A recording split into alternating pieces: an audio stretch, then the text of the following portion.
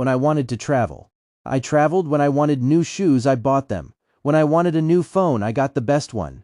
My father paid for everything. I did not think about how hard he worked. I did not ask him about his business.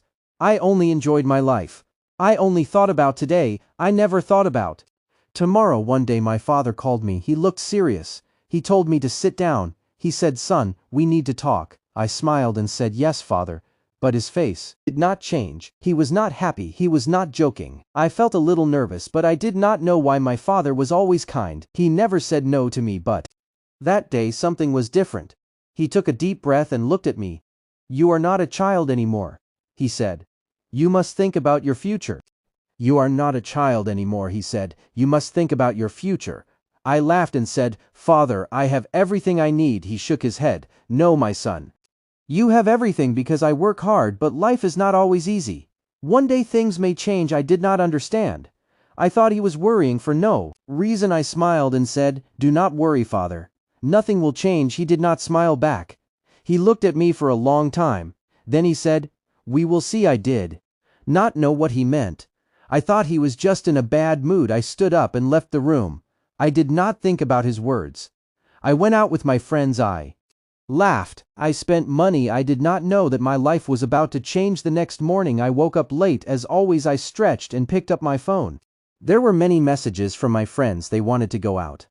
I smiled and got ready. I wore my best clothes, sprayed expensive perfume, and walked downstairs. But when I reached the living room, I saw my father again. He was waiting for me. His face was serious. "Sit down," he said. I sighed and sat. "Father, I have plans," I said. He did not care. He looked straight at me. "You are not a boy anymore," he said. "You must learn about life." "You do not," he said. Then he said something strange. "Come with me." I followed him outside. He walked to his car. I did not know where we were going. He did not say a word. I sat next to him, confused. He started driving. The city looked different that morning. I saw people walking fast. I saw workers cleaning the streets. I saw men selling food on the side of the road. I never looked at these things before that day. I noticed after some time my father stopped the car. We were in a part of the city I had never visited. The buildings were old. The streets were not clean. People looked tired.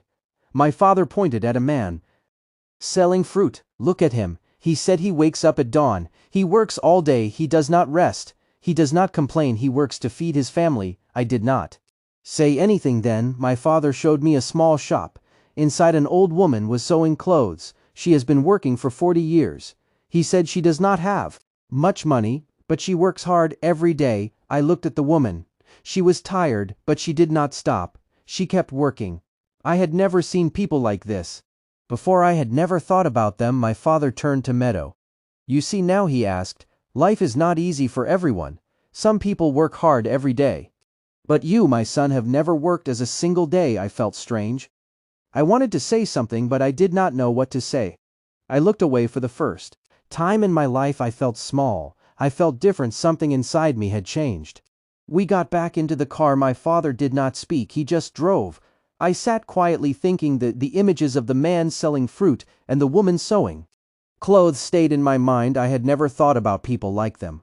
I had never thought about work. My life was easy, but now I felt different. I did not know why. After some time my father stopped the car again. This time we were in front of a large building.